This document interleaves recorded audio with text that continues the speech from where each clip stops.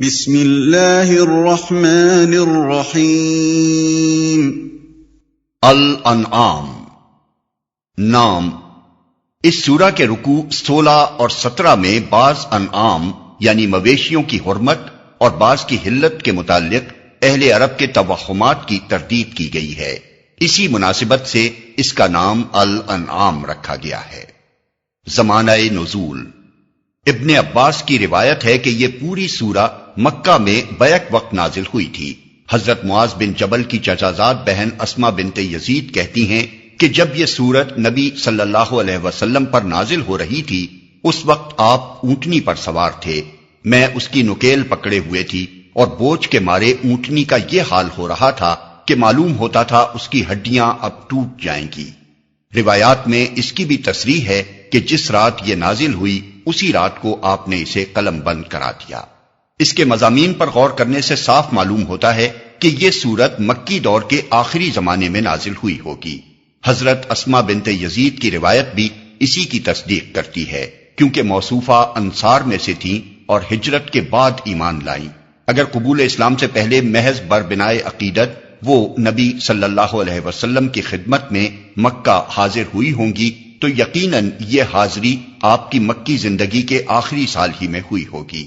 اس سے پہلے اہل یثرب کے ساتھ آپ کے تعلقات اتنے بڑے ہی نہ تھے کہ وہاں سے کسی عورت کا آپ کی خدمت میں حاضر ہونا ممکن ہوتا۔ شان نزول۔ زمانہ نزول متعین ہو جانے کے بعد ہم بآسانی اس پس منظر کو دیکھ سکتے ہیں جس میں یہ خطبہ ارشاد ہوا ہے۔ اس وقت اللہ کے رسول کو اسلام کی طرف دعوت دیتے ہوئے 12 سال گزر چکے تھے۔ قریش کی مزاحمت اور ستمگری اور جفاکاری انتہا کو پہنچ چکی تھی۔ اسلام قبول کرنے والوں کی ایک بڑی تعداد ان کے ظلم و ستم سے عاجز آ کر ملک چھوڑ چکی تھی اور حبش میں مقیم تھی۔ نبی صلی اللہ علیہ وسلم کی تائید و حمایت کے لیے نہ ابو طالب باقی رہے تھے اور نہ حضرت خدیجہ، اس لیے ہر دنیاوی سہارے سے محروم ہو کر آپ شدید مزاحمتوں کے مقابلے میں تبلیغ رسالت کا فرض انجام دے رہے تھے۔ آپ کی تبلیغ کے اثر سے مکے میں اور گرد و نواح کے قبائل میں بھی صالح افراد پے در پے اسلام قبول کرتے جا رہے تھے، لیکن قوم بحیثیت مجموعی رد و انکار پر تلی ہوئی تھی۔ جہاں کوئی شخص اسلام کی طرف ادنا میلان بھی ظاہر کرتا تھا اسے طعن و ملامت، جسمانی اذیت اور معاشی و معاشرتی مقاطعے کا ہدف بننا پڑتا تھا۔ اس تاریک ماحول میں صرف ایک ہلکی سی شعاع یثرب کی طرف سے نمودار ہوئی تھی، جہاں سے اوس اور خزرج کے با اثر لوگ آ کر نبی صلی اللہ علیہ وسلم کے ہاتھ پر بیعت کر چکے تھے اور جہاں کسی اندرونی مزاحمت کے بغیر اسلام پھیلنا شروع ہو گیا تھا۔ مگر اس حقیر سی ابتدا میں مستقبل کے جو امکانات پوشیدہ تھے انہیں کوئی ظاہر بین آنکھ نہ دیکھ سکتی تھی۔ بظاہر دیکھنے والوں کو جو کچھ نظر آتا تھا وہ بس یہ تھا کہ اسلام ایک کمزور سی تحریک ہے جس کی پشت پر کوئی مادی طاقت نہیں ہے، جس کا دائی اپنے خاندان کی ضعیف سی حمایت کے سوا کوئی زور نہیں رکھتا اور جسے قبول کرنے والے چند مٹھی بھر بے بس اور منتشر افراد اپنی قوم کے عقیدہ و مسلک سے منحرف ہو کر اس طرح سوسائٹی سے نکال پھینکے گئے ہیں جیسے پتے اپنے درخت سے جھڑ کر زمین پر پھیل جائیں۔ مباحث۔ ان حالات میں یہ خطبہ ارشاد ہوا ہے اور اس کے مضامین کو 7 بڑے بڑے عنوانات پر تقسیم کیا جا سکتا ہے۔ 1. شرک کا ابطال اور عقیدہ توحید کی طرف دعوت۔ 2. عقیدہ آخرت کی تبلیغ اور اس غلط خیال کی تردید کہ زندگی جو کچھ ہے بس یہی دنیا کی زندگی ہے۔ 3. جاہلیت کے ان توہمات کی تردید جن میں لوگ مبتلا تھے۔ 4. ان بڑے بڑے اصول اخلاق کی تلقین جن پر اسلام سوسائٹی کی تعمیر چاہتا تھا۔ 5. نبی صلی اللہ علیہ وسلم اور آپ کی دعوت کے خلاف لوگوں کے اعتراضات کا جواب۔ 6. طویل جد و جہد کے باوجود دعوت کے نتیجہ خیز نہ ہونے پر آن حضرت صلی اللہ علیہ وسلم اور عام مسلمانوں کے اندر اضطراب اور دل شکستگی کی جو کیفیت پیدا ہو رہی تھی اس پر تسلی۔ 7. منکرین اور مخالفین کو ان کی غفلت و سرشاری اور نادانستہ خودکشی پر نصیحت، تنبیہ اور تحدید۔ لیکن خطبے کا انداز یہ نہیں ہے کہ ایک ایک عنوان پر الگ الگ یکجا گفتگو کی گئی ہو، بلکہ خطبہ ایک دریا کی سی روانی کے ساتھ چلتا جاتا ہے اور اس کے دوران میں یہ عنوانات مختلف طریقوں سے بار بار چھڑتے ہیں اور ہر بار ایک نئے انداز سے ان پر گفتگو کی جاتی ہے۔ مکی زندگی کے ادوار۔ یہاں چونکہ پہلی مرتبہ ناظرین کے سامنے ایک مفصل مکی صورت آ رہی ہے، اس لیے مناسب معلوم ہوتا ہے کہ اس مقام پر ہم مکی صورتوں کے تاریخی پس منظر کی ایک جامع تشریح کر دیں تاکہ آئندہ تمام مکی صورتوں کو اور ان کی تفسیر کے سلسلے میں ہمارے اشارات کو سمجھنا آسان ہو جائے۔ جہاں تک مدنی صورتوں کا تعلق ہے، ان میں سے تو قریب قریب ہر ایک کا زمانہ نزول معلوم ہے یا تھوڑی سی کاوش سے متعین کیا جا سکتا ہے، بلکہ ان کی تو بکثرت آیتوں کی انفرادی شان نزول تک معتبر روایات میں مل جاتی ہے، لیکن مکی صورتوں کے متعلق ہمارے پاس اتنے مفصل ذرائع معلومات موجود نہیں ہیں۔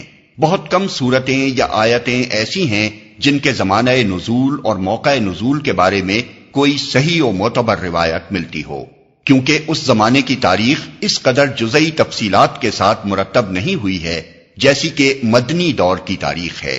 اس وجہ سے مکی صورتوں کے معاملے میں ہم کو تاریخی شہادتوں کی بجائے زیادہ تر ان اندرونی شہادتوں پر اعتماد کرنا پڑتا ہے جو مختلف صورتوں کے موضوع، مضمون اور انداز بیان میں اور اپنے پس منظر کی طرف ان کے جلی یا خفی اشارات میں پائی جاتی ہیں، اور ظاہر ہے کہ اس نوعیت کی شہادتوں سے مدد لے کر ایک ایک صورت اور ایک ایک آیت کے متعلق یہ تعین نہیں کیا جا سکتا کہ یہ فلاں تاریخ کو فلاں سن میں یا فلاں موقع پر نازل ہوئی ہے۔ زیادہ صحت کے ساتھ جو کچھ کیا جا سکتا ہے وہ صرف یہ ہے کہ ایک طرف ہم مکی صورتوں کی اندرونی شہادتوں کو اور دوسری طرف نبی صلی اللہ علیہ وسلم کی مکی زندگی کی تاریخ کو آمنے سامنے رکھیں اور پھر دونوں کا تقابل کرتے ہوئے یہ رائے قائم کریں کہ کون سی صورت کس دور سے تعلق رکھتی ہے۔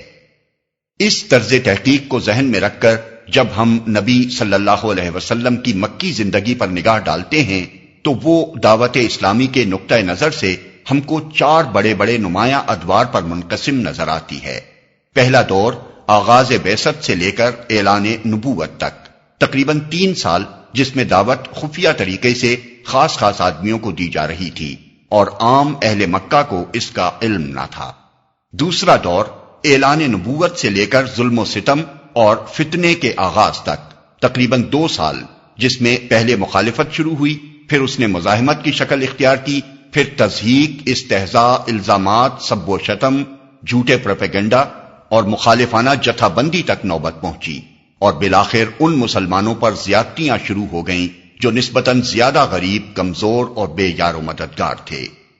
تیسرا دور 5 نبوی سے لے کر ابو طالب اور حضرت خدیجہ کی وفات یعنی 10 نبوی تک، تقریباً 5-6 سال۔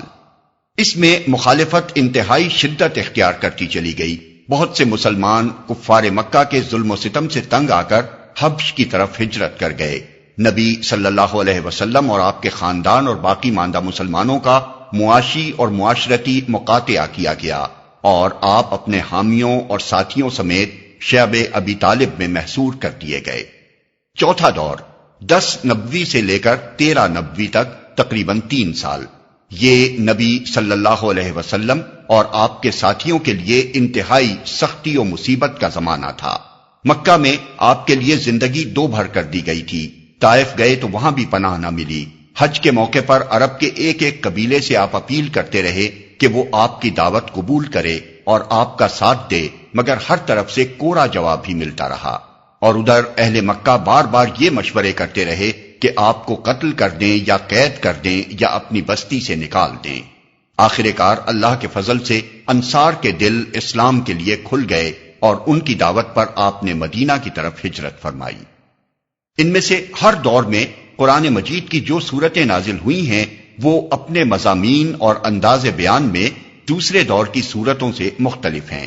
ان میں بکثرت مقامات پر ایسے اشارات بھی پائے جاتے ہیں جن سے پس منظر کے حالات اور واقعات پر صاف روشنی پڑتی ہے۔ ہر دور کی خصوصیات کا اثر اس دور کے نازل شدہ کلام میں بہت بڑی حد تک نمایاں نظر آتا ہے۔ انہی علامات پر اعتماد کر کے ہم آئندہ ہر مکی سورہ کے دیباچے میں یہ بتائیں گے کہ وہ مکہ کے کس دور میں نازل ہوئی ہے۔ سمع و بصر نے مولانا سید ابو العلا مودودی رحمت اللہ علیہ کی مشہور تفسیر تفہیم القرآن کی 6 جلدوں کو 6 آڈیو CD MP3 کی شکل میں تیار کیا ہے۔